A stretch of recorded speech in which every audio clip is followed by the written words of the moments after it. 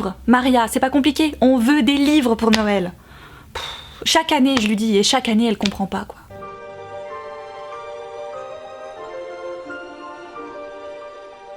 Bonjour à tous et bienvenue pour une nouvelle vidéo sur ma chaîne. Aujourd'hui, sans surprise, vous le comprenez un petit peu à tout ça, là, à ce que vous entendez, enfin bon bref. On va bien sûr lancer la 7ème édition du Cold Winter Challenge. Ouais, allez, on applaudit. Oh ouais, 7 ans, non mais 7ème édition. Franchement, ce challenge est bientôt aussi vieux que moi sur YouTube, quoi. C'est fou ça, c'est dingue. Voilà, ça m'émeut. Depuis sa création en 2012 par la blogueuse et youtubeuse Antonine, je suis ce challenge assidûment. Voilà, c'est le challenge qui rythme mes hivers. Mais pour ceux qui débarquent et qui comprennent absolument pas de quoi je parle, le Cold Winter Challenge, c'est un challenge hivernal où on va passer 2 mois entiers à lire des livres qui sont principalement en lien avec cette période de l'année, donc fête de fin d'année, hiver, froid, neige, etc. Le challenge commence le 1er décembre et se termine le 31 janvier. Avec le temps, le challenge a un petit peu évolué, on a mis des menus pour que ce soit un petit peu plus challenge, etc.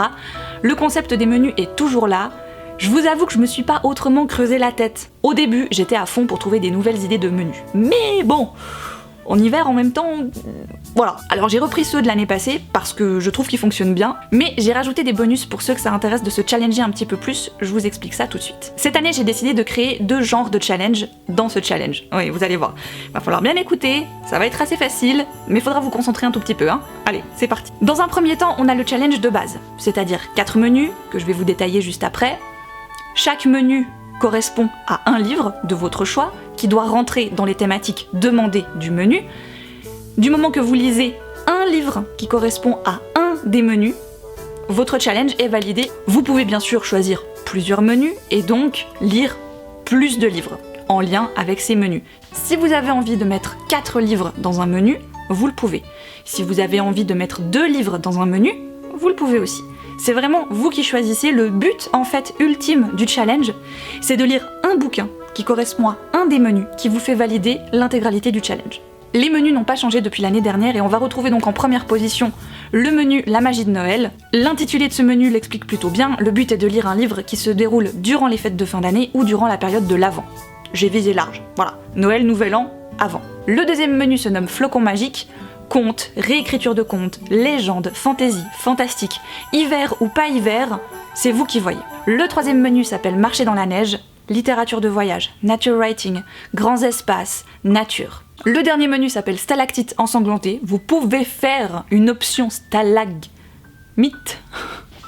Vas-y, attends, le doute est en train de s'emparer de ma personne. Polar, policier, thriller, roman à énigmes, du moment qu'il y a du sang, c'est bon, c'est validé.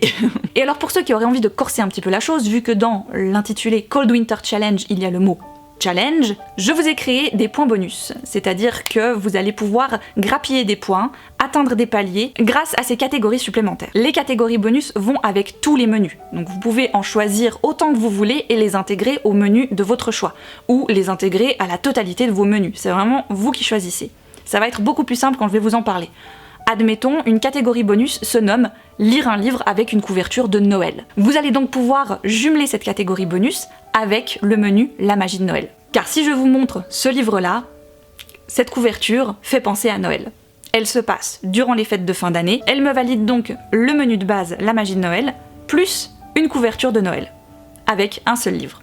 Pour connaître toutes ces catégories bonus, vous les retrouverez en barre d'infos de cette vidéo. Je vais également les mettre sur le groupe Facebook. Elles seront également mentionnées dans l'article du blog que je vous laisse lui aussi en barre d'infos. Et tout sera réexpliqué en images et à l'écrit sur le blog et sur les réseaux sociaux, ne vous en faites pas. Votre rôle à vous maintenant est de choisir quel challenge vous allez décider de relever. Est-ce que vous prenez la version toute simple avec les menus de base et on s'arrête là et c'est très bien et on passe un bon moment de lecture avec une pile à lire que vous décidez d'agrandir ou de faire plus petite. Ça aussi, ça change pas, hein, d'année en année, on a toujours fonctionné pareil. Vous mettez le nombre de livres que vous voulez dans vos piles à lire, et si d'un coup vous vous rendez compte que ça fait trop ou pas assez, libre à vous de modifier et de changer, et enfin, etc. Ou alors vous êtes un super challenger qui veut atteindre le statut Reine des Neiges, et du coup, vous choisissez la deuxième option, c'est-à-dire intégrer les catégories bonus à vos lectures.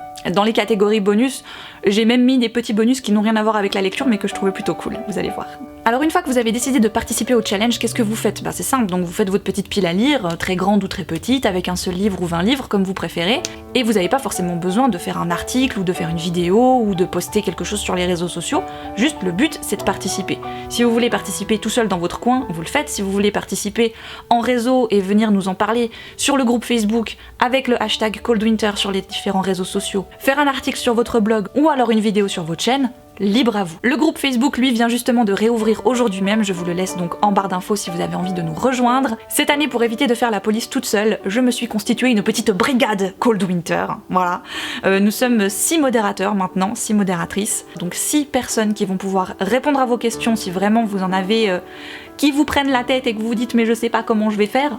En général, vous avez aussi les autres participants qui pourront très bien répondre à vos questions, j'en suis sûre. C'est un groupe où les personnes échangent énormément autour de leur lecture, autour de leurs idées, et ça je trouve ça vraiment chouette.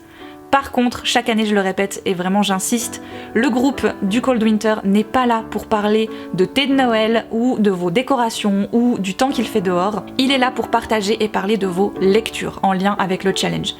Je vous demanderai aussi de ne pas mettre de publicité sauvage sur ce groupe, on ne balance pas une vidéo ou un article comme ça sur la page. Le mieux est de le présenter un petit peu avec un statut.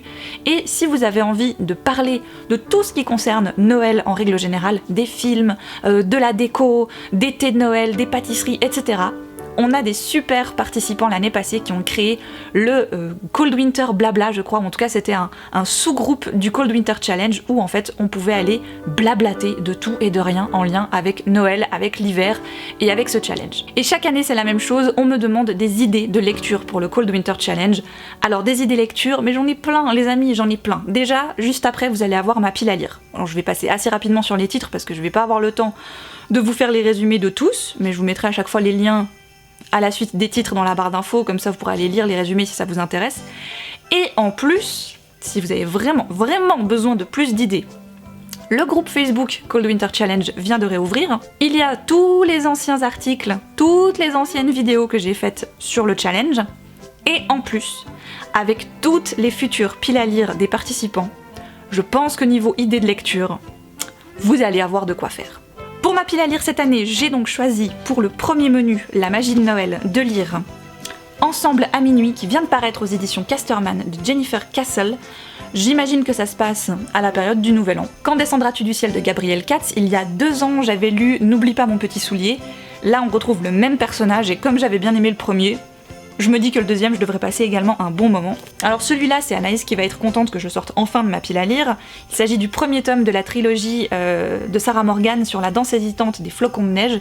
En fait, depuis des années, j'ai le tome 2. Voilà, je sais plus pourquoi j'avais ce tome 2 dans ma pile à lire, et sauf que oui, non, c'est embêtant de commencer par un tome 2, hein, voilà. Donc la petite romance de Noël, chaque année j'ai besoin de 1 ou 2 romances de Noël, et je suis très contente d'avoir celle-ci cette année.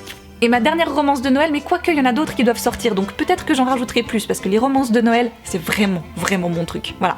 J'aime le côté téléfilm de Noël, kitsch à souhait. C'est le petit plaisir coupable chaque année. Celui-ci, je l'avais trouvé à Emmaüs l'année passée, mais c'était déjà au mois de janvier, donc voilà, c'était un peu tard, on va dire, pour le mettre dans ma pile à lire, vu que les livres romances de Noël, j'aime les lire avant Noël quand même, une fois que Noël est passé, voilà. Là, c'est La magie de Noël de Liz Tallet. Dans le menu Flocon magique, j'ai décidé de mettre Les loups chantants de Aurélie Wallenstein aux éditions Pocket. C'est un livre qui était paru chez Scrimeo à la base. Mais cette couverture poche est juste tellement magnifique. Voilà, je la trouve splendide. Je me ferai certainement une petite pause BD avec le 2e tome des Légendes de la Garde, hiver 1152 de David Peterson aux éditions Gallimard. Dans le menu Marché dans la neige, j'ai choisi Les rescapés du Styx de Jane Urquhart aux éditions du Point. Vu le résumé, peut-être même que je pourrais le mettre dans le 4e menu. Enfin voilà, je vais hésiter entre les deux je pense, mais celui-ci ça fait un moment que je l'ai dans ma pile à lire, il me tente beaucoup. Un Sylvain Tesson, ben oui, voilà, je vais découvrir l'Axe du Loup cette année, j'avais adoré Les forêts de Sibérie. Peut-être plus une lecture d'automne qu'une lecture d'hiver, mais bon, il va quand même dans l'esprit un peu nature, grands espaces, nature writing, etc. C'est le Nord Michigan de Jim Harrison. J'ai jamais lu de Jim Harrison et vraiment, je rêve de redécouvrir la plume de cet auteur. Et un roman jeunesse avec Xavier Laurent Petit et Un monde sauvage paru aux éditions École des loisirs. Et alors je ne pensais pas, mais ma plus grande pile, c'est celle de Stalactite ensanglantée quand même. Je ne me l'explique pas, voilà, c'est comme ça. Je vais enfin découvrir Franck Tillier avec Puzzle. Certains m'ont dit « Tu verras, c'est son meilleur, t'as trop de chance de commencer par celui-ci ». Et d'autres m'ont sorti radicalement l'inverse, genre non, non, non, non, à ta place, je commencerai pas par celui-là. Celui-ci, je vous l'avoue, je l'ai trouvé pour 1 franc pièce à Emmaüs. Voilà, j'ai pas trop rechigné, et le résumé me tente bien de celui-ci. Ma mère l'a adoré cet été, mais vu sa couverture, je me suis dit que j'allais attendre cet hiver. Je vais découvrir Le Cri de Nicolas Beuglet. Non, personne ne l'a? Sans déconner. Le Cri, Beuglet, enfin, je sais pas. Moi je trouvais ça trop drôle en fait, que le mec il écrive un livre qui s'appelle Le Cri, alors que son nom de famille c'est Beuglet. Ça veut peut-être pas dire la même chose chez tout le monde, hein. Voilà. Également trouvé l'année passée à Emmaüs, je pense que je pourrais très bien le mettre dans la première catégorie aussi. Vous voyez, hein, double point là. Un Noël à River Falls de Alexis Aubank. Alors visiblement j'avais vu passer que ça faisait partie d'une série de livres quand même.